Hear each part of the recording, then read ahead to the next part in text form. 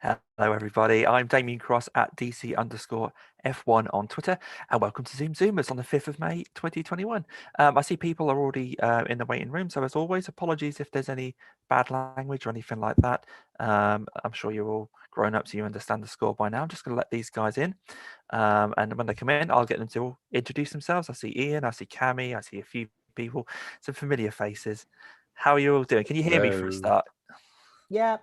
Good to know. Good to know. I can still see a few more people coming in now, so we'll give those a few moments. I've just been seeing the group chats, and Near, I'm going to have to ask you to stand up in a little while to make sure you have got dressed properly. I'm half dressed. You're half dressed. All right, okay. Oh, God damn, is that a requirement tonight? Crap. I'm just going to let a few more I think that needs some context. No, we're just gonna leave it there. How are we all generally? Okay. Yeah, we're okay. Good. I see Alan is joining, but he's taking a little while, so we won't wait too long for him to come along. I'm sure people will come in and out as the thing goes along. So we'll do some introductions first of all. I'm going to jot your names down so I remember who I've spoken to. Ian, do you want to kick us off with your name and your Twitter handle, please? Yeah, sure. It's Ian Cook from Pop Band Colour, artist and creative, and at the moment I'm painting an elephant. There we are. Painting an elephant. Not a real one. Not a real one. Right. A pretty big one, as elephants go, for Morgan over in Malvern. So yeah. Oh, very cool. We'll chat about that in a little while. Cammy, your name and Twitter handle, please. Well, I can't top painting an elephant. I'm Cammy. Twitter handle Cammy Racing. I race for Fordzilla and founded Go for the Gap, where I do prints and stuff. Excellent. Thanks for that, Cammy. Near. Near Khan, I design vehicles and occasionally wear clothes, apparently. And you'll find me on Twitter at near_Khan, spelled not the way that you expect it to be spelled. Yeah, it's written on our screens now. I can't remember whether it shows on YouTube and stuff, but yeah, KAHN. Neil. Hello, I'm Neil Briscoe. I'm a freelance motoring journalist, mostly writing for the Irish Times and CompleteCar.ie, and you find me on Twitter at Neil M. Briscoe, and that's me. Fantastic, thanks, Neil. Simon. Hello, I'm Simon Browse. I'm a vintage and classic car restorer, and my Twitter handle is imaginatively at @SciBrowse. Hello, everyone. Hello. And Richard. I'm Rich Gooding. I'm a freelance motoring writer and graphic designer, and my Twitter handle is @richgooding.com. Excellent, thank you very much. Alan. Hi, when I'm not pouring myself a beer, hi, I'm Alan Bradley. I'm a presenter of the Motoring podcast, and my Twitter handle is @AJP Bradley. That's BRADLEY. Cheers. Excellent. Cheers. Naomi. Hello. Naomi Panther at Naomi Panther on Twitter, and then the co-founder of a motorsport consultancy called Navigate.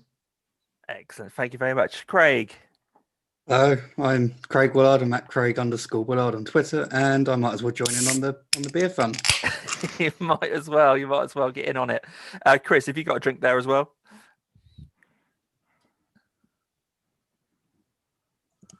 You might have just frozen. Yes, I have. Man, I'm Horlicks. A Horlicks was that? I'm drinking a Horlicks. Wow, blimey.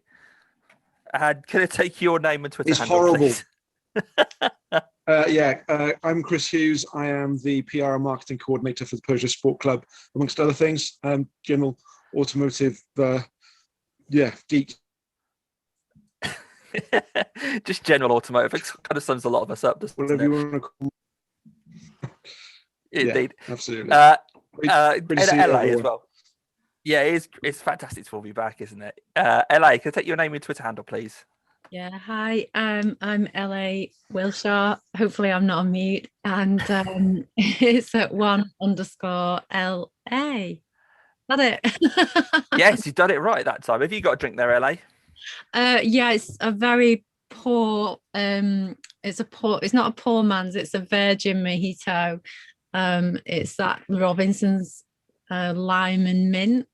I don't. Oh, right. It's really nice. It tastes like a mojito. It's really lovely. But no, I don't need any encouragement to be a bit doolally today because I'm having a bit of a fibro fog day. So I'd best not have a drink. Okay, fair enough. Fair enough. So you have good and bad days, do you? Is that how it works? Yeah, well, sometimes I can have good and bad in the same day, or in the same right. hour. Yeah, but I've been doing a little bit of work at home in the garden, and not just gardening. I'm sort of me and two others renovating our garden, and Nice. I'm so exhausted that some days I'm back to not driving again on some. Right. Yeah, it kind of affects you that badly. So, but let's have some fun tonight. Exactly. But, yeah. But like I think other people have said where they're from. So, I guess my thing is Inside F2, which is the Formula 2 platform. So I'll remember to throw that in. Yeah, definitely. We'll definitely be checking that out.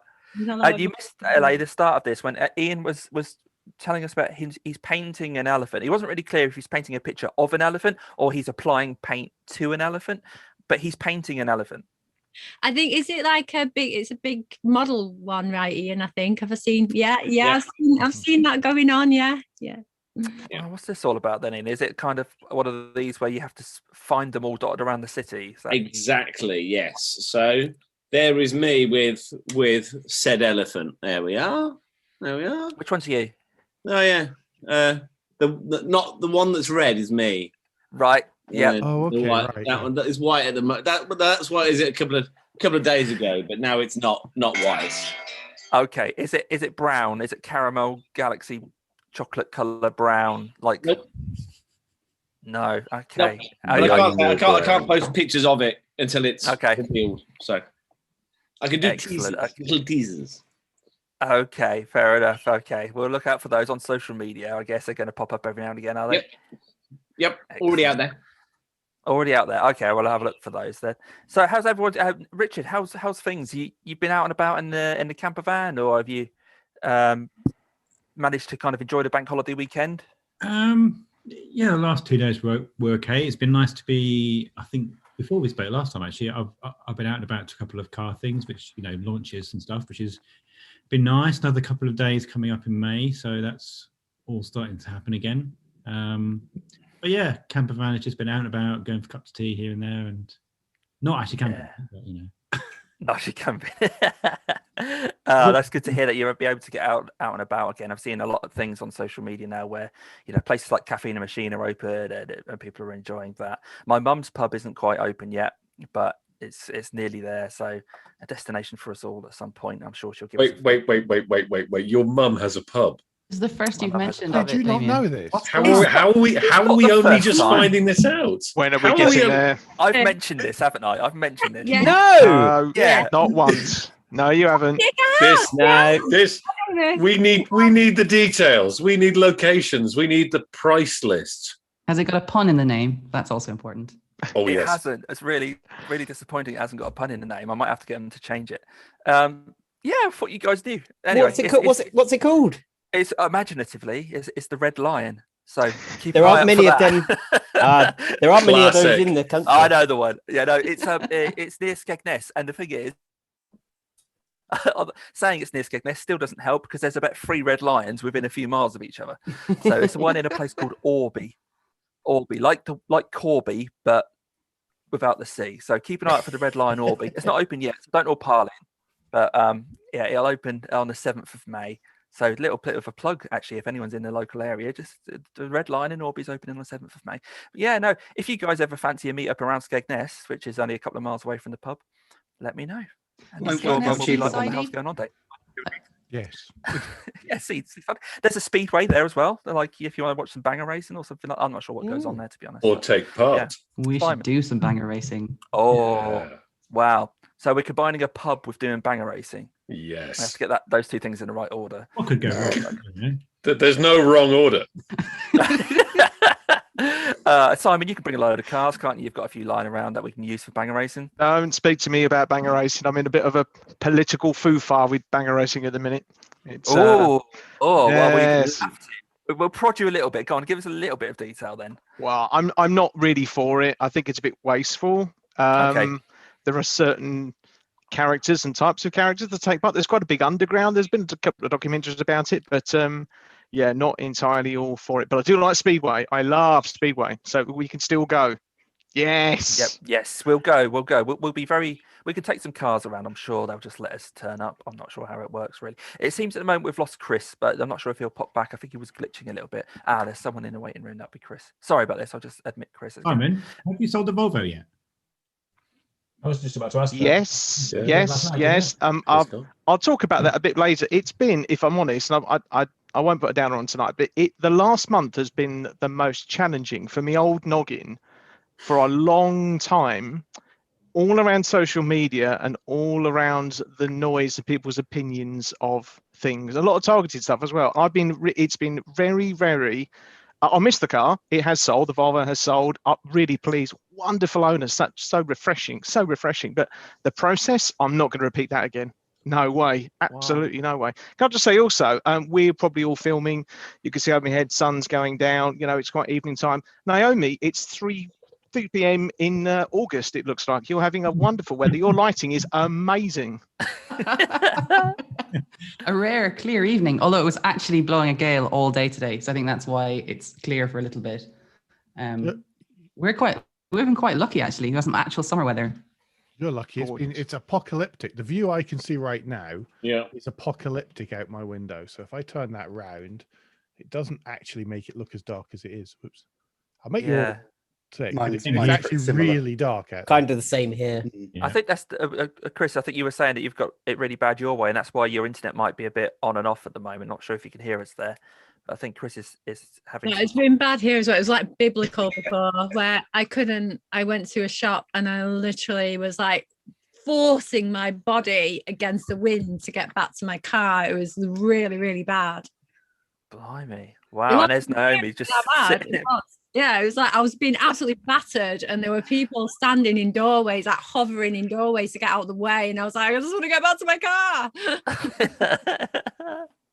Oh, how funny. It changes so much. I think the weather's coming from your way, though, Naomi. It's blowing across us at the moment. So I'm just happy to win on the good weather front for once. Well, no, we haven't heard from Near yet. I was about to say, I'm not sure you've entirely won, but I better be quiet.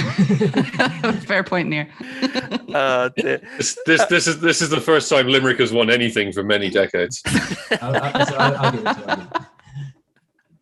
Thanks, Neil.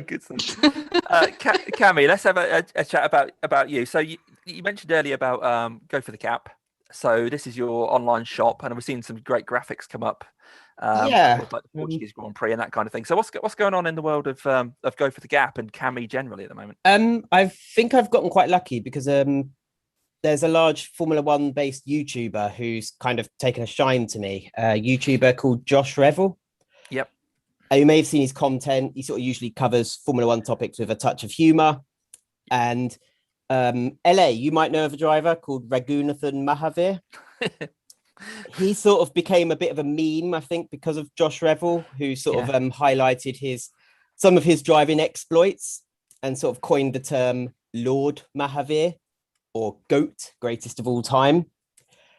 And so he's commissioned me to sort of do like a digital illustration of Mahavir struggling to do a 3-point turn at Baku, because he got back to his pit and his manager was telling him, you have to turn the wheel to do a 3-point turn. And he was there so long that the engine, like there was white smoke puffing out the airbox. So he sort of wrecked the engine. Oh, so he's become a bit of a meme and a bit of a legend in his own right. Definitely, yeah. I'm not sure he's got much of a racing career ahead of him, because I don't think he sort of finished really higher than 18th in any race he was in. But yeah, thanks to Josh taking a shine to me, he's sort of promoted me on his YouTube channel. I offered him a cut of the profits and he just said, nah, it's all right, I get enough from YouTube. So it's actually been it's been actually quite, I keep saying to him, like, if I do a discount code, take some of the profit, and he just won't. So I've gotten very lucky. Yeah, he's based in New Zealand, and I may do some animation work for his channel. Oh, excellent. So does this mean that you've got no time to do any of the sim racing that we kind of know you for? Pretty much, yeah. Just as Fordzilla are sort of sorting out ranked within the team. So now there's elite, pro, pro-am, and I'm going to have to just be club level. Right. Okay. Because we've all got sort of in certain simulators in games, we've got targets to reach in terms of levels or ratings. And because I'm not racing nearly enough, I'm not meeting those levels. Okay. I got you. Yeah. For a minute, I thought they were just going to kick me out, but they're not. Oh, and you've been doing some commentary as well, haven't you? For I have, yes. That was with RCI, Racing Club International. I raced in the first season of their Diamond Drive Cup, which was set up by Charlie Martin. And now I'm commentating on the second season of the Diamond Drive Cup. Right, okay. But I don't think Charlie's driving in it. She's busy with Britcar. Yes, of course. And so talk to us a bit about Diamond Drive then. What's that all about? So it's a racing championship set up especially for, I believe it's women and non-binary people. So obviously includes like trans people as well. One of the big names, apart from Charlie Martin, that were racing in it was also Sarah Moore from W Series. Had a few good wheel-to-wheel battles with Sarah Moore, actually.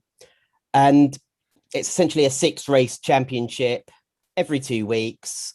Last season, it was sort of, we started at Alton Park, Kyalami. I believe we went on to San Marino, Spa-Francorchamps. And that was using GT3 cars in Assetto Corsa Competizione.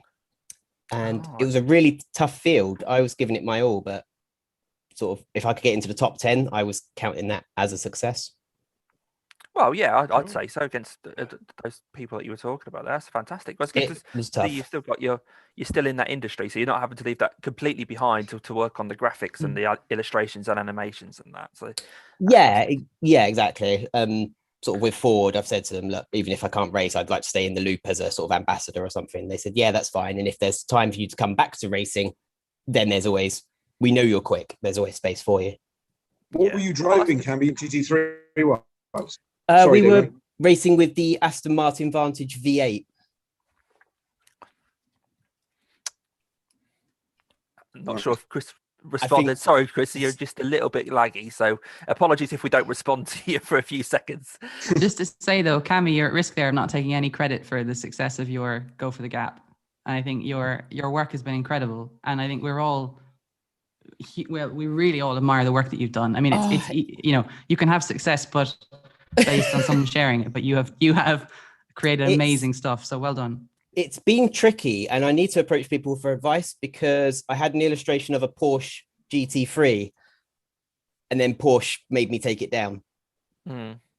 Porsche approached Etsy and basically forced Etsy's hand to remove the art. And I said, well, it's my artwork. I can prove it's my artwork. And I've contacted Porsche, but they've not got back to me. I've contacted Etsy, but their kind of hands are tied whilst they've said, well, you know, if Porsche haven't come back to you about a resolution about this. So I don't know what to do. It's probably because the car had the word Porsche on the back wing. And even though they've not been clear about precisely what it is they rejected, they just said, take it down or Porsche are going to get mad. They just said, well, it came down to a trademark. You're using the Porsche name without our permission. But then I thought, well, anybody painting a picture of Senna's car is going to have Rothmans being used and Elf Fuel being used. And if every brand sort of jumps on an artist going, I want to claim that, then no artist would ever. I don't know. It's tricky. Well, if anyone watching has these sort of issues, I mean, I suppose on the call right now, we've got Ian who perhaps has seen this sort of thing and often has to kind of, you know, look for. But the thing is, you're just representing an object that existed. It's not like you're taking away the copyright. It's a grey area. I mean, I've known, you know, Ferrari and other brands have been that they I know will go around a show and pick out certain artworks because they're not happy about the logo. It's particularly the logo they're not happy about. So I know that Jaguar did it recently with a number of artists as well through it. Yeah, and they were protective about the Jaguar silhouette, like the shape of the E-Type. So, and sometimes brands get, when it comes to anniversary, they know artists are going to produce stuff. So they get more, because they want to be able to sell the official merchandise and not Right. other stuff.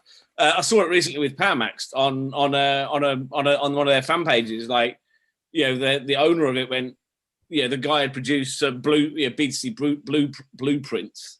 Yeah. And the owner was like, well, you're producing stuff that we're making no money off. Like you're Right. clearly not happy with it. So Ferrari sell more key rings than cars. It's Yeah. it's true. It's Yeah.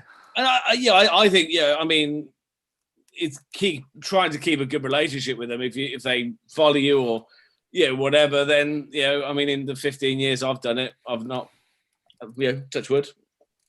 But I've worked with most of the brands, and it may be an Etsy thing. It may be because it's a very shop-led commercial site. Maybe. Yeah. So who knows? My mum was maybe just it's not. terrified that I'd be sued and taken to court. I think that was the panic. That All you can do is take it down and go. Look, hopefully you'll be able to make a conversation happen and get it licensed, and and that's what you want really is a licensing deal. So yeah, that would be ideal, but they didn't get back to me when I reached out. That was about a week and a half ago now, so don't know. It's just I'll leave it down. I don't want to annoy them, but have you tried talking to Nick Perry at Porsche GB? He looks after all the PR and journalist side of things, and he's very, very good, very approachable, really good bloke. It might kind of short circuit things a bit for you rather than trying to go through the kind of lengthier official channels. Can I talk to you about that later then? Like get more details on that? Yeah, thanks. Sure, That'd be really helpful. Yeah, because this was a German email, so they might not, they probably don't even check it for that sort of thing. Exactly. Nick's lovely. You like him. Yeah, you're probably better off going through people you know. But good. Yeah, good luck with that then, Cammy. Good to hear that it's sort of you're still able to work on the sim racing and still produce all your stuff. Fantastic there. We obviously motorsport as in general started up again. We've seen some like in the national series. We've seen the likes of Britcar with Praga. It's been really, really exciting. Got some big names in that going at the moment. Touring cars starts again very soon as well, and hopefully we'll be able to get to some of these races. But on an international level, then, just to kind of cover off how the Grand Prix season's going so far, Craig and LA, I've got you guys here for my Formula 1 and Formula 2 people. How do you think the seasons have started?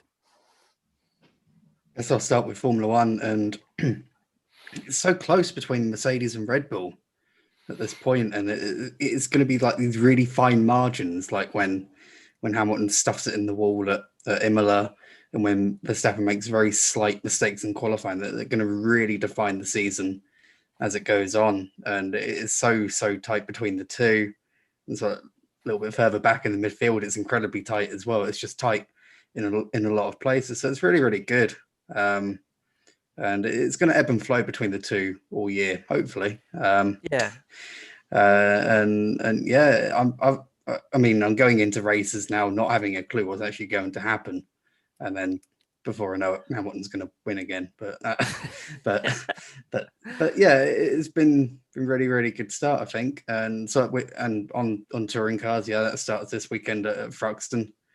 I would love to be there, but obviously can't at the moment. But hopefully we can do soon. I was watching Bank Holiday Monday meeting from Castle Combe on YouTube today, and they've got it set up brilliantly. They've got like a couple of cameras in with the commentary team, so they can cut to the commentators, and then they've just got a couple of CCTV cameras just dotted around the circuit, and they just cut between each one every time that they need to, and it's really good.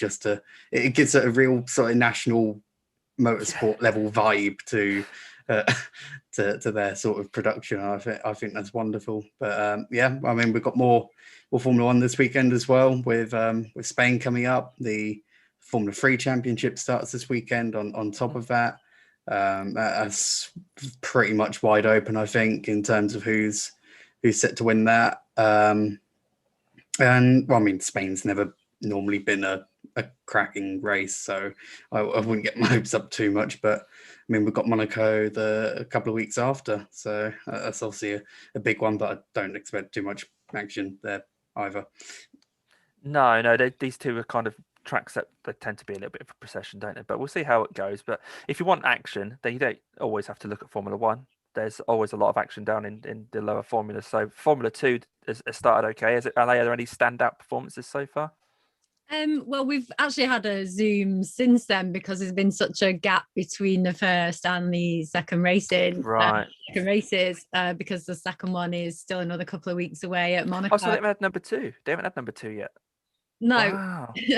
Wow. So we're still waiting. And the Formula 3, obviously, as Craig just said, is going to kick off as well first before the next Formula 2 race. So obviously that would be something to look out for. But yeah, I mean, the general sort of consensus is, the cars aren't as fast, and engine, it's all the Dallara engines and not teams. They are teams, they're not constructors. It's all the same vehicles, but the general consensus is that you get to see the actual talent of the drivers because they're pretty much on an equal footing. Yes, the teams can tweak the cars, yes, they do have different tire strategies, and all that still goes on. And of course there are some teams that still have more money than other teams do, and they do seem to progress and make bigger strides. So there is still a little bit of a financial advantage for some of the lower formula teams, but generally once the drivers are on the track, it comes down to the drivers.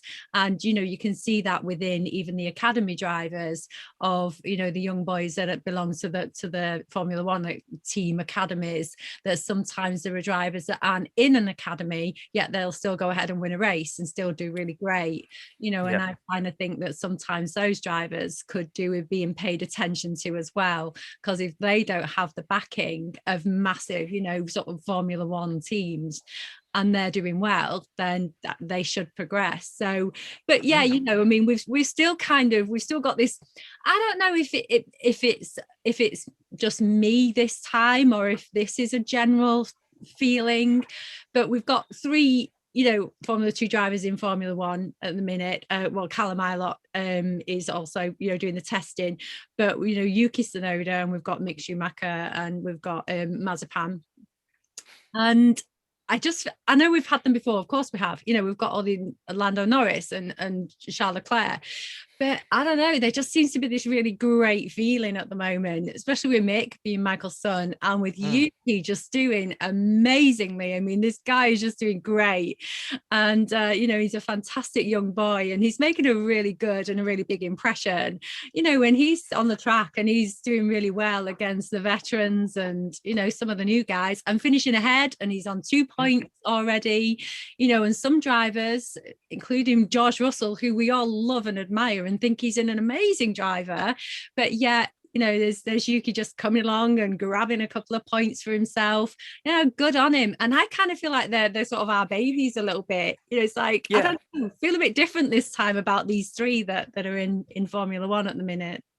Yeah, it's definitely looking really, really healthy for the future of Formula One. And when you look at the likes of Max being so young, I'm sure when Lewis gets bored and goes and makes some records and that kind of thing, Max is there to kind of take over. But then you've got this whole wave of young people. He's not far behind at the minute. Look where he's third in the championship, isn't he? Third, he's third. So it's quite exciting, and I think that's a really great advert for the lower formulas, for Formula 2 and Formula 3. For sure, to look at these young boys and look at how developed already they are and how amazing a driver that they are by the time they get to Formula 1. And that is because of that setup now. That is because of the lower formulas and the way they develop these drivers. It's not a fluke. It's specifically for this purpose, to make them an elite driver as they just stride into Formula 1. And it's obviously proof of the pudding as it's going. It's going to be tricky though, because when Hamilton leaves, whoever wins the championship after Hamilton's retired is inevitably going to get, you've only won because Hamilton left. And that's, if it's Verstappen, that it will, you couldn't do it when Hamilton was around. And that will haunt whoever wins. Also, I want to say Mazepin had a 5-second penalty. totally devastated his race. Bless him. Has he finished yet? Is he? Is he? Oh yeah, still yeah, going? yeah. But yeah, he's actually. he was a yeah. minute behind his Schumacher, Yeah. and Schumacher Apparently- was like a minute behind the leader. Yeah. Apparently, Mazepin's going to have to pre-qualify for the next race. He'll be the only driver in pre-qualifying, and the odds are he'll fail to qualify. Yeah, he won't get a lap in. I don't know what he is, though, because I mean he's still quite a proven driver. You know, he's still a decent driver. I don't he know did what- well in F2. Yeah. He's done Yeah. really well in F3 as well. You know, he's like, what's going on? I don't know. No idea. Was Mazepin Maybe the one who He's a shit weasel. Wait a minute. I have the suitcase of cash here. Ah, will help. which team are you driving for now? was Prize Mazepin, this quiz. was Mazepin the one who drove into like the result stand when he was miffed off with a penalty? Like he drove into the number 2 and it nearly hit the other driver whilst they were getting out the car. Yeah, he said he misjudged his braking on that particular circumstance. And I remember speaking to one of my fellow journo buddies about that, and we were just like, No. Was it Yuki that was given the win for that? He almost knocked him over. Right. Yuki's just heading to his team there on the railing, and then Nikita pulls in and it's like, oh. That was it. Poor Yuki as well. He's absolutely tiny. Like, Yeah. I'm not tall, as anyone who has met me will know. And like Yuki's even shorter than I am somehow. He's one of the shortest F1 drivers ever, which says a lot given that F1 drivers are generally pretty short. But I mean, he's rocking it for all the small guys out there. He had And to he have swears his like a pedals. sailor as well. Sorry, Naomi, what's that? He swears like a sailor as well. He's fantastic on the radio. He's so aggressive on the radio, isn't he? Yeah, he's so funny. He used to block it out quite a bit in the Formula 2 commentary, because I know one of the editors, but they seem to be keeping, I mean, all right, they're still bleep, but they're still keeping a lot of that in, which I think is endearing people to him. I don't know why, but it is. Absolutely. Yeah, After watching Drive to absolutely. Survive, you know there's something missing in the way they edit the comms, you know. So I think they got to let a little bit of that in. But Yeah, definitely. speaking of international racing, though, it is the best time of the year. This is IndyCar, the month of May. This is the month to be watching motorsport. Not forget F1. That's not fair. But the Indy 500 is the best race of all time. I will argue. Maybe, I don't know. It's Some people no say road why. show. Nobody's mentioning hypercar. Nobody's mentioning hypercar. When is that? When does that start? Ooh, It started this not sure weekend. about that. It's Spa. Yeah. We've Oh, I got- thought that was still like being developed and like a couple of years away. No. Toyota have one No. up and running. Yeah. Also, And let's Audi check. are going to be back. Yeah. And Porsche.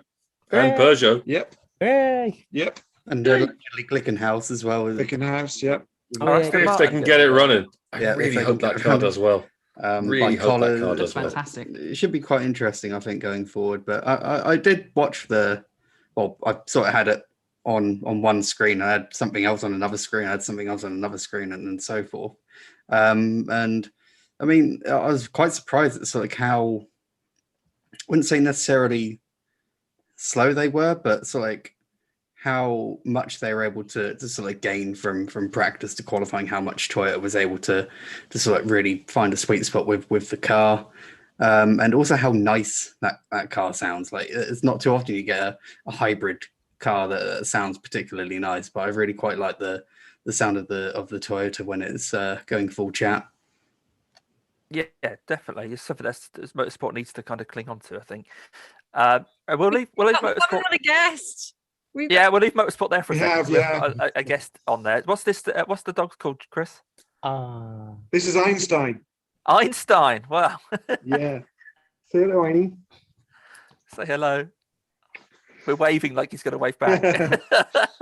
Yeah, but we'll leave motorsport there for a bit and switch it to road cars. Because there was, we mentioned in the last ZoomZoomers and a couple of times over the group chat about, we'll chat a bit about kind of midlife crisis cars. Top Gear did something similar. So I'll have a bit of a whip round in a bit and see what you guys think about midlife crisis cars. But that actually leads me on to Neil. You've been messing around recently in a BMW M4.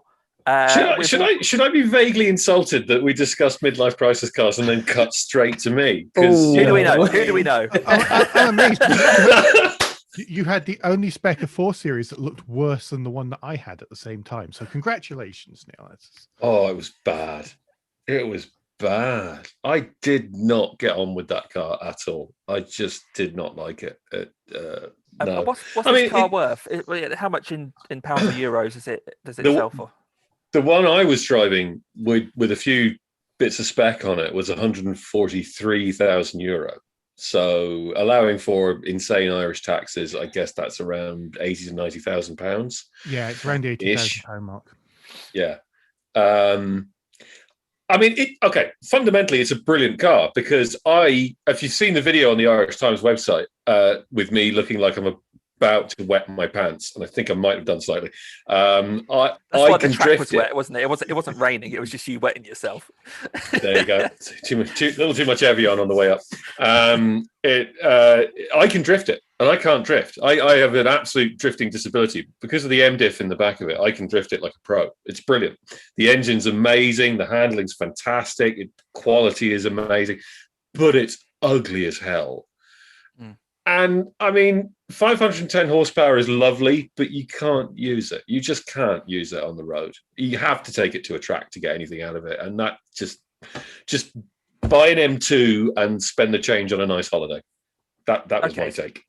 That's your take on it. And I suppose the BMW M cars are kind of, sometimes seen as accessible supercars, but could they be considered like a midlife crisis car, or are they a bit too sensible? Definitely. No, and I think more and more so they're a midlife crisis car. And I think the big problem for me with that new M4 and the M3 as well is that they've stopped being M cars. Yeah. Yes, they're powerful, and yes, they're practical-ish, and yes, they're accessible-ish, but they've stopped. M cars used to be a BMW, but much more focused and specifically for an enthusiastic driver. And now they're just for people who've made money. And that's for homologation. They were done homologation for motorsport. The 30 M3 was created for touring. For touring car racing. In touring car racing. And you mark my words, the current M2 is going to be the last truly great BMW M car. Right. Everything else is they're just made for rich tossers now. That's it. Yeah. Well, once the M badge started appearing on everything, once they put a bit of a body kit and alloys on it, it just absolutely diluted the meaning of M. And it's a bit of a shame. X6M. Yeah, exactly. Yeah. So talking of a midlife crisis, I'm not sure how many of you guys have had a chance to think about this. Let's go over to Richard. What would you say is kind of like either a typical midlife crisis car, or one that you perhaps would think about when you eventually get to midlife, which obviously is many decades away? Oh, well, that's very kind of you to say. Yeah, I'm probably past that point now.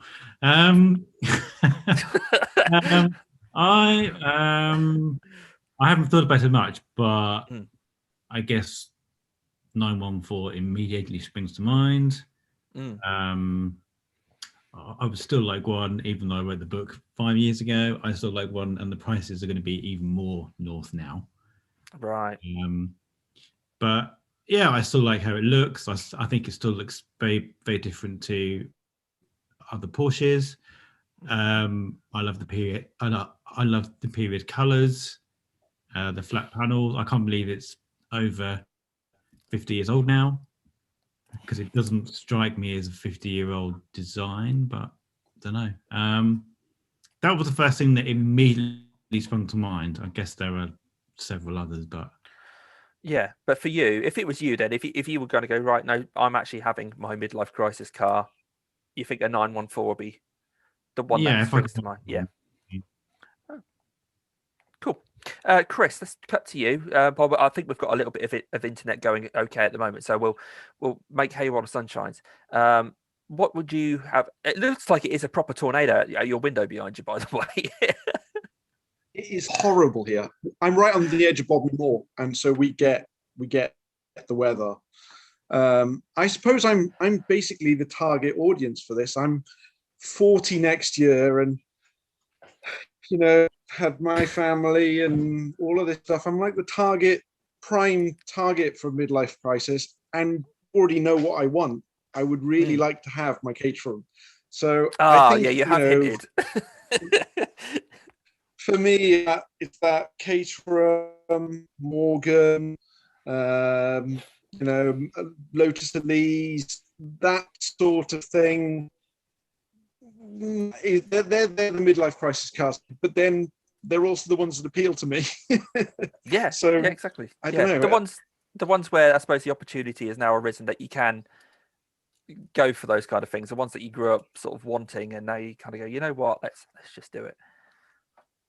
The other thing that I've seen, certainly with the Persia Sport Club and with writing stuff for some of the magazines, is the cars that we grew up with, that were the performance heroes, when we were younger. So things like Golf GTI, 205 GTI, Sierra Cosworth, Escort Cosworth, these sort of like the hot hatches and the sort of stuff that was, that we all really wanted when we were like teenagers and stuff. They are also the things that I think that people my age and maybe a little bit older are now going, oh, I could actually go and get one of those now. I've made a bit of money. I can, by those going uphill is there's less of them now than there was.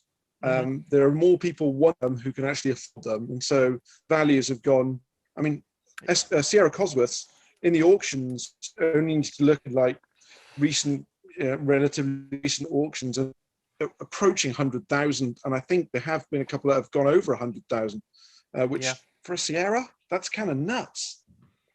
It is. It's absolutely baffling, isn't it? But it is that whole thing of I've always wanted one of these, and now I've got the money. I'm going to get one no matter what. And then, especially if they are going up, people see this rise in value, go, "Oh, I could justify that. It's better than having money in the bank when it's doing nothing. I might as well spend it on something on the driveway." So yeah, it's really interesting to keep an eye on those kind of cars. Simon, no, normally I suppose you're used to dealing with older vehicles, but is there something, not your usual fare that you'd really like to get hold of when you get to your midlife? Oh, well, do you know what? I think I probably misunderstood the question there, because I thought it would be, so you're talking about a midlife crisis car for me. Do you know what? I'm going to make it... Or just generally, what do you consider to be, it's just a chat about what they are and what you would want. Or Fantastic. Do you know what? I'm going to go realism. I'm going to go, I've been a bit drunk in the pub at 1 p.m. on a Tuesday. So retirement's happened, but I'm not splashing out. So I'm going to do an accidental drunk bid on probably the last generation Toyota MR2. So year 2000 up to about 2007, silver, one chinked alloy, probably very little MOT history to speak of, never seen a dealer, and has a blown exhaust. That would be me.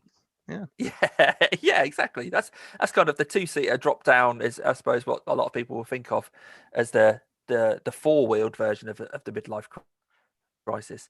So Cammy, I suppose, yeah. Oh, I was going to say, can that be a whole new category of discussion? What would your accidental drunk bid be?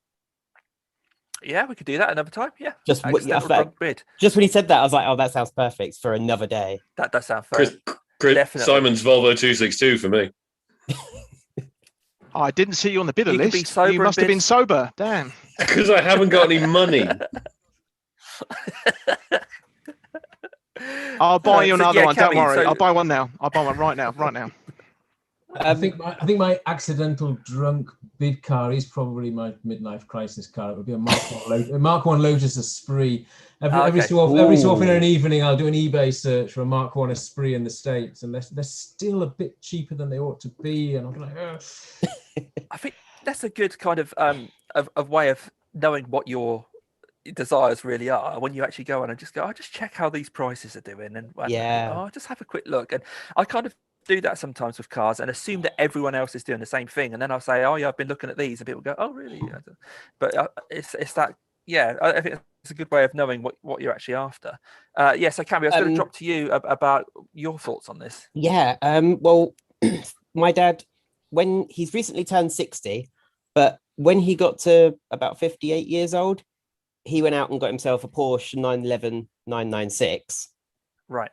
Pretty sure it's a 996. They all look the same to me. It's 911 designer is the easiest job in the world. Yeah, so that was, I really kind of thought of that, because he had an M3. He wanted a 911. You're meant to be being nice to Porsche at the moment. Yeah. A couple of nice things, yeah. So my dad wanted a 911. They're gorgeous cars. And the one he went to buy drove past as he went to go to the dealer. It drove past, sold.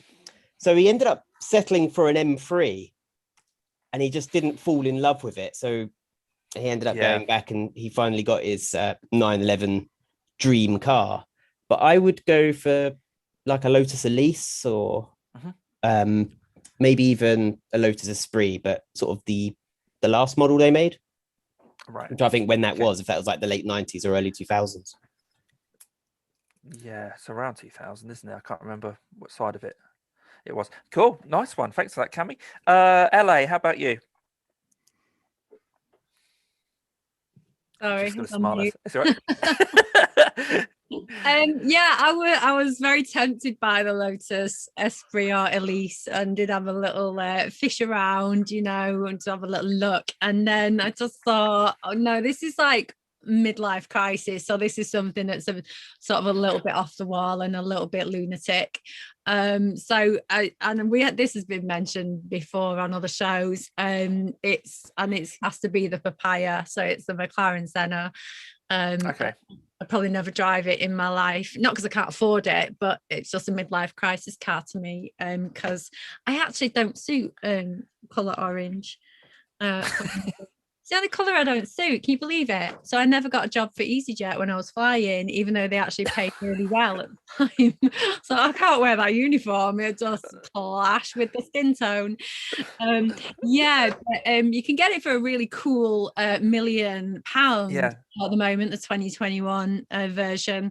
But it's twin turbo V8, 4 litre, 0 to 60 in 2.7 seconds. It's one of them where your eyeballs are still like back there somewhere. And apparently there's I can't remember if I just misread something a little bit, but there is sort of a more track version that can make your ears bleed. It's that loud. But it's a 7-speed automated manual gearbox. But if you actually get it wouldn't be the 2021 version, but if you got like a Lego version, they're like £50. So right. Probably afford one of those and just pretend. Yeah, I think it's probably the best. It's quite nice to see this swing between Simon bidding on a bit of a ropey fairly old MR2 compared to you with your £1 million Senna saying, "Have you got one that isn't orange, please?" It's a good mix there. Okay, Alan, let's have go the orange though. If it was midlife crisis, not orange, Papaya. If it was midlife crisis, because that's the whole point of this discussion, the fact that it's a bit insane. So I'd go full McLaren. Yeah, but it. I mean, I heard one in I was in a shop a couple of years ago in somewhere in Devon, and I heard this car, and I've never heard one in my life, and I thought, I don't know, I just feel like that's a McLaren. I don't know why I knew it. And then I just saw the corner, the edge, and the Papaya. I was like, I raced out the shop without paying. I'm like, I've got to go see this car. And then I went back in, and paid. Yeah. Oh, well identified there. Alan, let's have a chat. What comes to mind for you? It's a tough one. Because I don't know, judging by some people's definitions this evening, then my Mercedes, I think, falls into that category of of offered it once you've had a drink or so, or kind of offered to be the first on the list for when it came to be sold once you've had a drink or two, because you liked them when you were younger. But really, for me, it's a Porsche. It's Porsche game, but mine would be a 964. For some reason, the trouble is, of course, it's so hard to actually find one that somebody hasn't been, a Magnus Walker or Singed or pretended to do that to it or butchered it in some way, shape, or form. Because I would have the completely stock Carrera 4. I Which was- everybody's going to tell me is heresy, but that's the one that I want. No, I was saying it the other day to someone. They're getting prettier and prettier. Hmm. And years ago, no one liked them at all.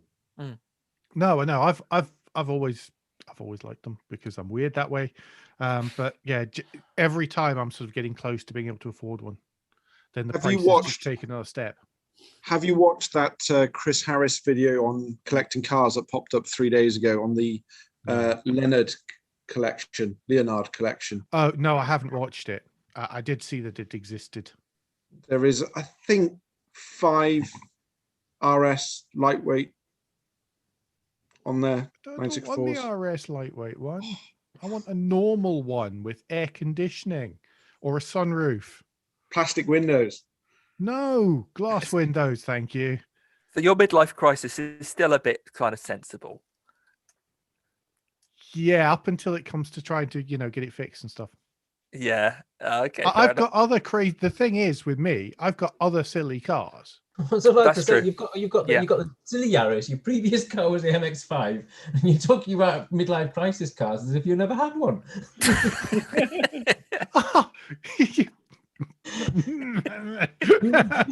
Well, yeah, you see, so that's why this is tricky for me. Is my midlife crisis car is the first four-door saloon I've ever owned.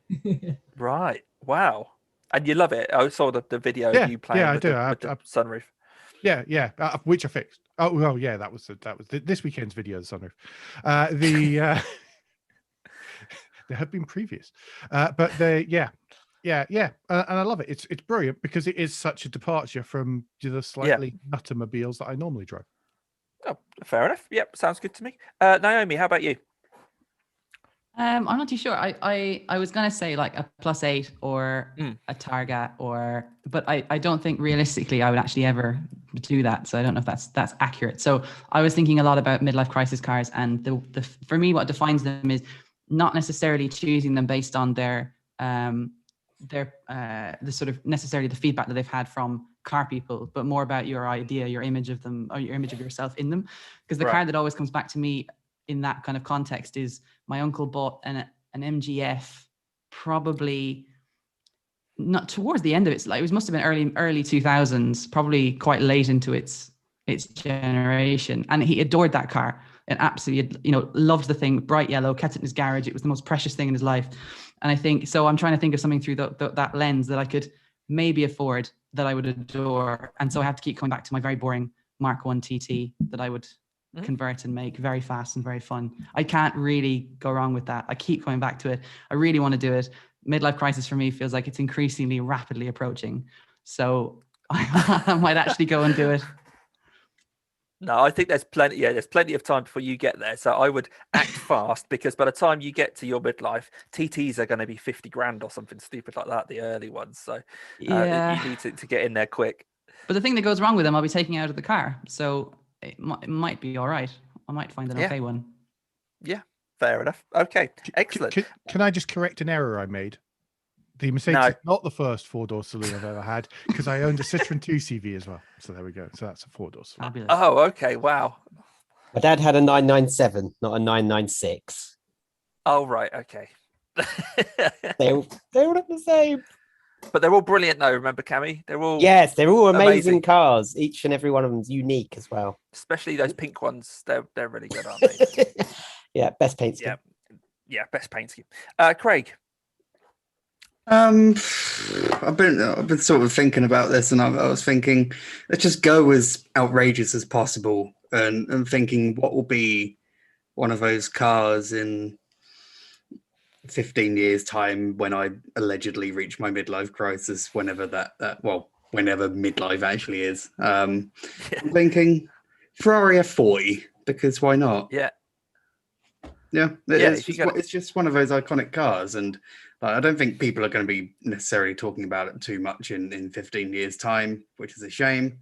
But I mean, it's the sort of thing that will be incredibly eye-catching on the road in that particular time frame, I think. And I just really, really like it. I don't think there'll be too many of them circulating in 15 years, because they probably would have all caught fire somewhere. But I would absolutely love to have one by my midlife, so I better start saving a bit more than what I am at the moment.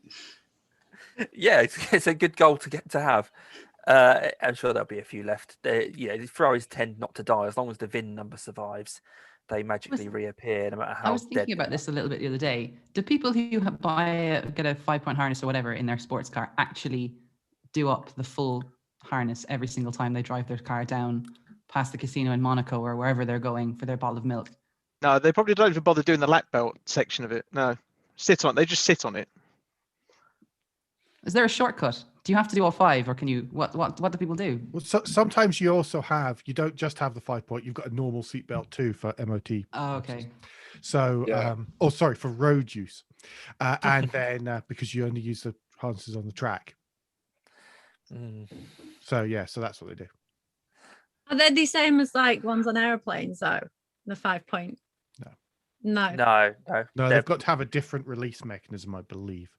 So it's not the squeeze; it's to do with pushing the button, isn't it? Somebody can correct me if they're. You twist normally. Also, you twist the racing ones twist, and a road legal one needs to have a red button. That's because I was thinking like ones on an aircraft for the pilots because they have a 5-point harness, and of course they do all 5 up, but you don't necessarily have to do the center one up, but the other 4 you kind of do because it wouldn't feel and fit right with just 2 fastened anyway. That would be very odd. It would probably not, you wouldn't feel like you're going to be saved in an accident. So, but that's just my you can always tell somebody who's never been in a catering before, when they get in, do their seatbelts up and then can't reach the door to close it. Once you're in, and that's it. You watch them, you get them get in, they get themselves all comfortable, get strapped in, pull the seatbelts tight, and then I can't reach the door. There's always that sadistic bit where they put them on and they're feeling great and they feel very professional, and then someone comes along and pulls the straps as hard as they can and takes all the air out of their chest. You just watch them go pale. So Naomi, you can't tell me you've never been sat in a race car and someone's strapped you in with a proper full 5-point harness. I have, but it occurred to me the other day. I was watching a video. It was Craig who reminded me, because I watched a video of somebody getting into an F40, and their whole shtick was that they hated F40s and they hated cars you had to sort of roll into and out of, right. And I was genuinely thinking about it because there are so many cars that are obviously fitted with those as standard. I was curious if there's a shortcut or how it actually what the owners actually do. That is a useful bit of consumer advice. If you are in your 40s and you want to buy a midlife crisis car, don't buy a BMW i8 or a Lamborghini with scissor doors, because you know that video that's been going around of the guy trying to get out of the car? That's me outside my son's school the last time I drove an i8. I had to just roll out like this. And it ruins the effect because you get this slinky sports car pulling up at the curb and the door goes up like that. And then fat bastard tries to climb out, and it's just my dad. It just ruins the image. Yeah, my dad trying to get out of an i8 on the show stand at Geneva a couple of years ago was pretty much that. And I wasn't very popular because I'd said, you really have to sit in this. It's brilliant. It's really lovely. Yeah. No, it wasn't. I used to have a car where there was a knack to get out of it. Naomi, we've got the video somewhere of you. And I had a permanent bruise there because I had to lever myself out using that part of my arm, and so I had a permanent bruise across there. Is that the smart Roadster? No, it wasn't. This was the Exige, which was it wasn't too bad. It wasn't as dramatic as Jeremy Clarkson when he tested one and he crawled out of it. You could get in and out of it, couldn't you, Naomi? It wasn't too bad, really. It took a while, in fairness. You need to speak to Simon, because all of the best cars we're getting in and out of are all the stuff with suicide doors. If you've ever got into a car with a suicide door, it's the easiest thing in the world to get in and out of. And I genuinely don't know why more cars don't have suicide doors these days, where they open up literally backwards. I would love that. So perhaps a question for Near. What's the reason, Near, that cars don't have doors that open so you've got a massive gap to get in? They're not legal. Oh, simple as that. The rear hinged front doors, you can do I had an RX-8 as well, and the BMW i3. You can have rear hinged doors, but the front door has to essentially lock it. You can't have them that they can open up on their own. Oh, okay. Right. Why are they not legal?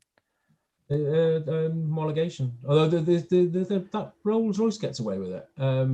There is something in the European regulations that outlaws it. I don't know how the Rolls gets away with it. Oh, I'll have to do some digging. It's to do with the way that in an accident, LA, the doors can get pinged open, you see, as well. Oh, right. There's a reason they call them suicide doors. Yeah. What I was going to say was, yes, well, I think the marketing departments have problems with the name.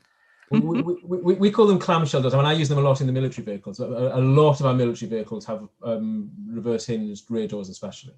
Right. And there's various reasons why we do that. One of those cars I've put up before when we've done when we've brought a car we want along, and I can't remember which one it was now. That opened like that. But I can't remember. Yeah, I think even recently the Mazda RX-8 with its silly little rear doors. Freestyle doors, I think you'll find. It's one of my one of my previous midlife crisis cars. There, yes, Dave. I was going to ask about a question about the RX-8 on the last one, but I was too embarrassed because it's a really boring question. But when people talk about the RX-8 and it using a lot of oil, because I was looking at them quite a few years ago, relatively speaking, what is a lot of oil? How often are you actually putting a bottle of oil into the car, or is it not that noticeable, or is it massive? So I think on RX-8 from memory, if it gets over like a litre, so like a standard bottle of oil that you buy from Halfords or something, normally comes in smaller litre bottles. If you're putting in one of those any more than once a fortnight, or I think the equivalent was around 1,000 miles, that's too much. So if it only does a litre of oil per 1,000 miles, that's too much, and that's time for twin rotaries to come out and be polished again. Yeah, and Alpha Twin Sparks can drink as much as that, and it's entirely normal. Absolutely. Wow. Yeah. Wow.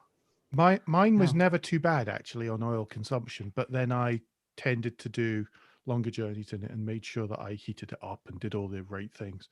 But then it didn't use that much oil, and I checked every second time I filled up. It's not so much using the oil; it's the making sure you check it, because it's pretty terminal if you don't.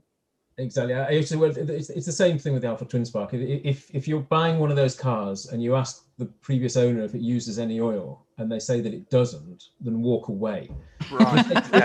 Because it means that either they're lying to you, and then they're probably lying to you about other stuff, or it means that they just don't know because they're not checking it. If they tell you that it's going through a litre every 2,000 kilometers, then that's great. That's fine. That means they're checking it, they're topping up, and there's nothing wrong with an engine as long as you're topping it up like that. Yeah. Interesting stuff. So sorry for the newbie question. Naomi was embarrassed to ask her, so I'm not going to be embarrassed to ask mine. Where does the oil actually go? Does it actually get into kind of the fuel mixture then and come out the exhaust? Simple as that, or does it drain away somewhere? Sorry to be an absolute moron with this, but where does the oil go? So the oil gets fed straight. So, oh god. So so that there's a rotor's triangular bit in the middle of a Yep, I'm with you so far. Heart of a rotary engine, and it's got these three tips on it, obviously because it's a triangle. Then the oil gets injected towards the tips. Am I right, Near? I'm looking at Near and Si, and this, you're on opposite sides of my screen. It actually gets sort of dribbled injected into there, so it ends up getting burnt in the combustion process. Gotcha. But it's not added to the fuel; it gets added to the tips to keep them lubricated. Is how I understand it. And then it gets burnt off, exhausted, and that's It's cool, burnt. Excellent. Which is one of the reasons why they're not very good on emissions, is because they're always burning this little bit of oil. So the RX-8 owners have to rebuild the engine in the same way that RX-7 owners do. Yeah, they actually do. You have to build that into. You're still under Mazda warranty, so they replace the whole engine for you. Did that happen? Did it? Might have happened, yes. Excellent. Mazda is still working. Sorry, Chris, I've just lost you there for a second. What he's saying is they're still working on a Wankel engine, but they're going to use it as part of a hybrid setup. I think that's where you're going, isn't it? Yeah, cool. Yeah, so we just had a suggestion come in from Craig saying we should have like a session with Mr. Bradley every month for science with Mr. Bradley, engineering 101 for us people who don't really get what happens to the noisy bits of the car when you put the smelly juice in the side and then all the stuff comes out the back. Yeah, well, we'll do that at some point. Now, I was going to give you guys a challenge, but I realised Answered the question. Has he? Yeah, go for it. Did Ian? Has everyone done the midlife crisis car? I haven't, no. No, I didn't think so. I'll keep putting it in. Sorry, Ian. I keep writing it in the chat. I'm like, Ian's not answered. Oh, I've ticked Ian for some reason. I've ticked Ian off, and I don't know why I've ticked him off. Did you say? Maybe you said something. Oh, I don't know. Sorry, Ian. Yes. I've been listening to Wankel Engines. I've written a list, so it's got to be rare, exclusive, rear-wheel drive, two-door, sporty, British, expensive paintwork, classic. Got to be Chevette in it. Everybody drink. Yeah. How's it going? I've run out again. Craig, if this would be your third one during this Zoom. Yeah, it's fine though. I was actually on the alcohol-free tonight, so I'm being well behaved. But so, Ian, how's it all going now with the I've got paintwork. It's painted. Yay! It looks absolutely gorgeous. Lovely, really lovely. Is it going to be just brown then, or are you going to have graphics, or what's the idea? Whoa! All right, okay. Just brown. Starb copper metallic. Oh, sorry. So it's not brown then? No. Yes. So very brown. Right. Like a galaxy. It's like a galaxy. It's like the wrapper you get off a galaxy, essentially. Yeah. So but yeah, no, it's now ready to go back to be rebuilt with a Mazda engine. So Mazda's MX-5 that is the donor vehicle. So next Wednesday, I think, or Wednesday, it's going to be whipped off to be rebuilt. Fingers crossed. Excellent. So is it again? Sorry to be a bit of a noob with this sort of engineering stuff. It's not just a case of plonking the body shell onto an MX-5, then, is it? There's got to be some other kind of stuff going on there. Are you having to make new kind of transmissions and things like that? Literally, the MX-5 engine and gearbox slots in to the space of the Vauxhall. What was there for the Vauxhall? The transmission tunnel, everything. It literally should. The space is the same.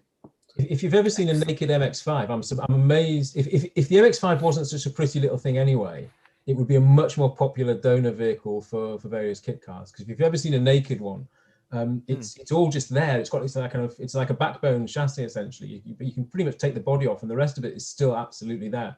I say if it wasn't that it was such a nice, pretty car, people would be ripping the bodies off them and putting all kinds of stuff on them. Well, luckily the body is the only thing that is rubbish on it. Yeah, so that's what's a bit surprising, because the MX-5, certainly the Mark 1s, they rotted like hell. Well, there were quite a few kit cars in the early days with the they had they're still making Aston Martin like DB5 replicas based on MX-5s, I think, and there's also the new kind of it looks a bit like a Vantage that you can get a kit for the MX-5.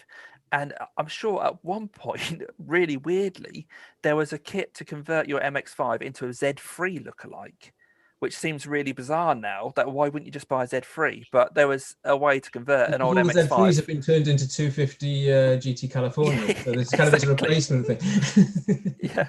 Westfield certainly do a single donor kit for Mark 1 MX-5s, where you buy a cheap MX-5, you keep engine, hubs, suspension components, gearbox, diff, and it just literally then it's a Westfield's own chassis, and you get a fake caterer. Oh, there you go. So I suppose you've got that same setup, Ian, but with a Vauxhall Chevette engine. Chevette, yeah.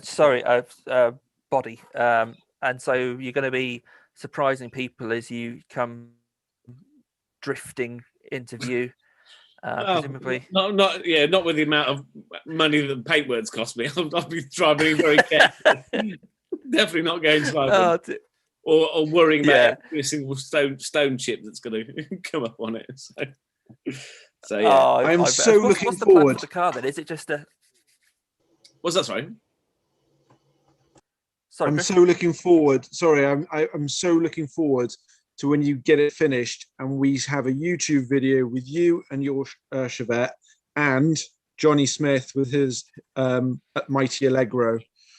The two together, like Johnny's 70s.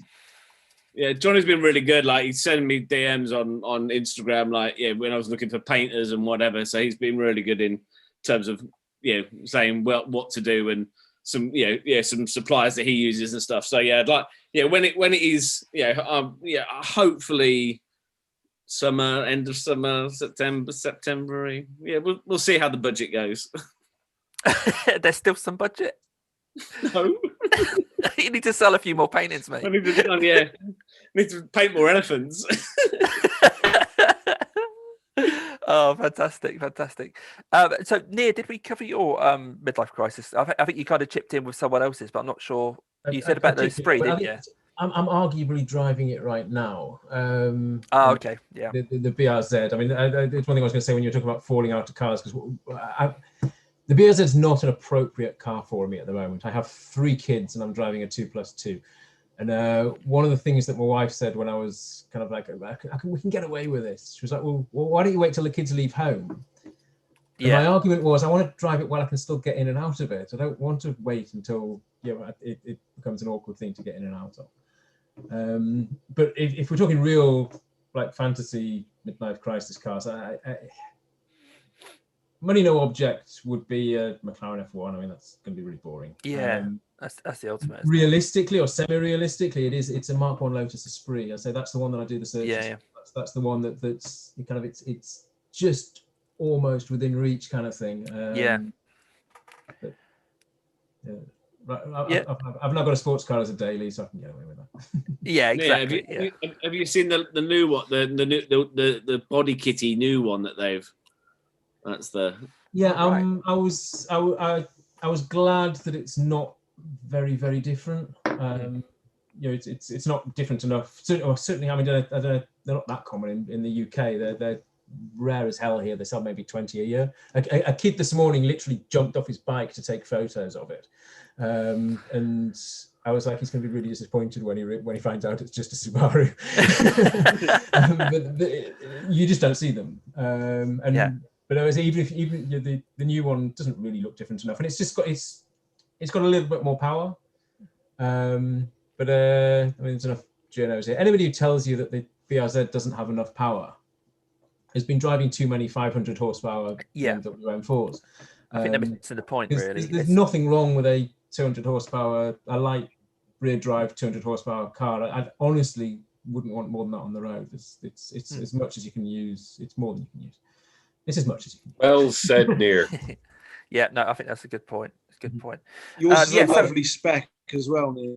Yeah. It's one of the very last ones, and it's in what they call rally blue, the kind of proper Subaru blue, and it does make it stand out, because the other ones here, I don't think I've seen another one in that color. The other ones here are generally kind of white or black, and so it stands out. And that's what you want from it, really, isn't it? Yeah. I like it when you. Oh, really? You don't want to stand out? I mean, it looks great. I'm not somebody who wants a flash car that people are going to jump off the bikes to take photos of. It's quite embarrassing. I want it because it's a driver's car, and I just enjoy driving it. I don't necessarily want to attract attention. One of the problems with it is because the power's all at high revs. There's no subtle way to overtake. There's no subtle, so you end up sounding a bit like a hooligan, even if you're not wanting to or trying to. Most modern cars with little low rev, high torque turbos, you can press the throttle a little bit and overtake, and you're not making a big show and dance about it. The BRZ won't do that.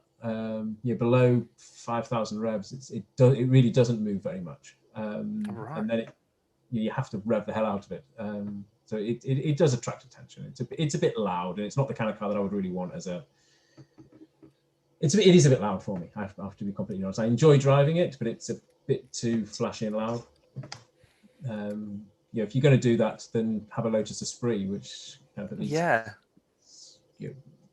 it sends them. It is what it is, and it's not pretending to be something else. Yeah. Oh, that sounds great. Yeah, so you're still enjoying it. So you're not going to be swapping it for a new one then. No, I'm loving it. I mean, my drive to work's like a 40-kilometer hill climb basically, so I'm absolutely loving it. Oh, nice one. Yeah, so I did have. I was going to throw a drawing challenge to you guys, but I'm actually going to leave that for the next one because we're kind of skipped way past 9 o'clock. So pens and papers with you next time, and I'll reveal what that's going to be actually on the next Zoom, which is on the 7th of June. The first Monday is actually on the 7th of June, so another 5-week gap. But before we leave you, Craig, have you got a fact for the month for the ZoomZoomers of May 2021? Yeah, I do. I'm glad that we've postponed the drawing because I suck at drawing. Which That's going to be not a problem. Yeah, trust me. absolutely. Yeah. I suck at drawing, but Right. yeah, a couple that are sort of whirring around in my head at the moment. I mean, like first of all, Bobby Unser passed away today at the age of 87, I think it was. His Formula One record, when you look at it, doesn't look particularly stellar, but he made his name at the Indianapolis 500, winning that 3 times, and also at Pikes Peak, winning that, I think it was a dozen times, which is an incredible record for such a historic hill climb. But the other fact that I've got sort of whirring around in my head, it's 40 years to the day since the very first San Marino Grand Prix held at Imola. Oh. Obviously, Imola has become known more recently as the Emilia-Romagna Grand Prix, and it also hosted the Italian Grand Prix in 1 year in 1980 as the weird sort of anomaly is the 1 year that race was not held at Monza. And it's also hosted a couple of other non-championship F1 Grand Prix, but it's 40 years since the very first San Marino Grand Prix in particular, even though that Imola is not in San Marino. No. And that race was won by Nelson Piquet in the Brabham BT 49 Ford. Ah, wow, going back some time now. So yeah, 40 years. So what do you think the future of Imola is then? Is it going to stick around on the calendar, or is it hard to tell because COVID's thrown everything out?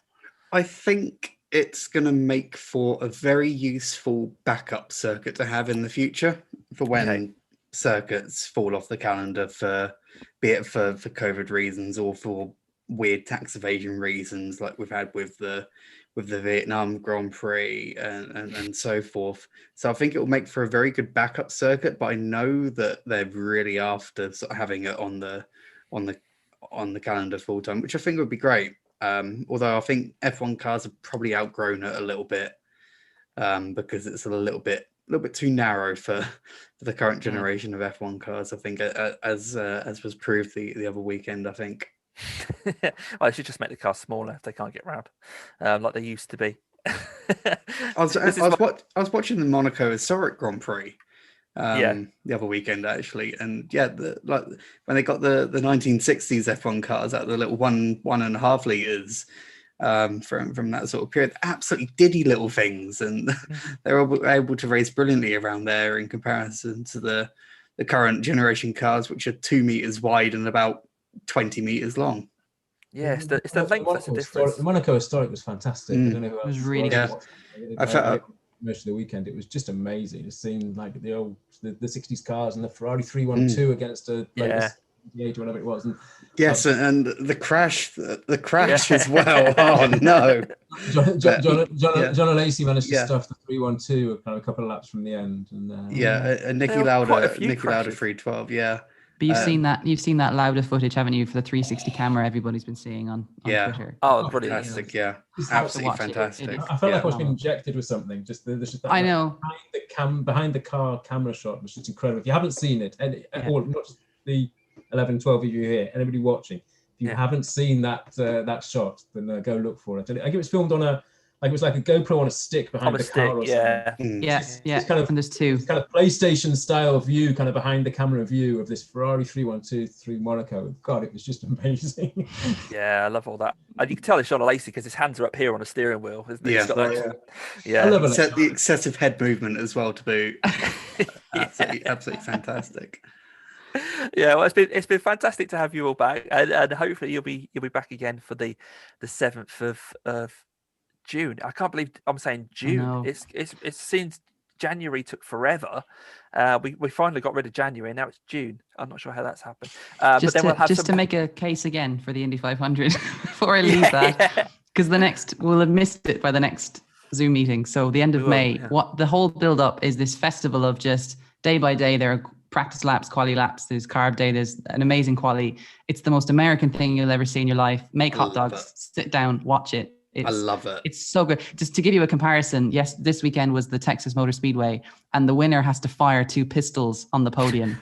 So it's so worth watching IndyCar. And this year, speaking of the young drivers and Lando and everything, yesterday Patricio Award won for Arrows McLaren SP, who's 21. There's the same thing going on in IndyCar going into Formula One. It's not like an old man's thing anymore. It's really, really, really, really exciting. So it's worth watching it this year. I would definitely, it's everybody's homework if you fancy it. And O'Ward earned himself an F1 test by winning as well, because he's driving for McLaren in that. And Zach Brown was like, okay, you've had a third place, a second place. If you win a race this year, we'll give you a run out at the Abu Dhabi Grand Prix young driver test at the end of the year. And that's what he did.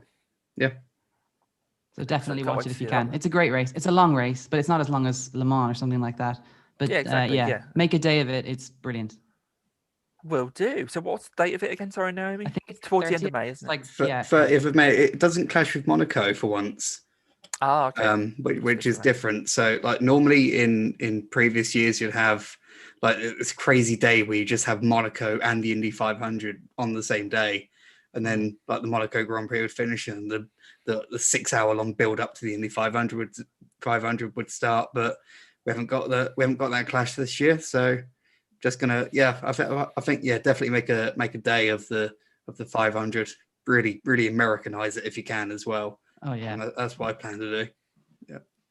While we're talking Monaco, by the way, I think this weekend's the Formula E at Monaco, which for the first time they're doing the full Grand Prix circuit. It's going to be really interesting seeing how the lap times compare. Not to Formula One so much. I'd like to see how the lap times compare to Formula 2. Yeah, they're only doing. I think they've got one slight modification. I think they're basically cutting at Sandoval. They're kind of cutting the first corner a little bit at Sandoval, so that basically they can carry more speed up the hill and waste a little bit less energy accelerating up the hill.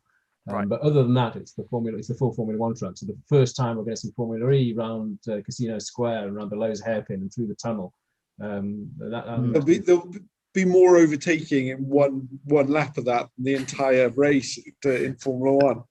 So I'm really looking forward to that. I mean, well, Near, you've been there, haven't you? I was at the very first Monaco E-Prix. Yeah. I was in had a hotel room basically.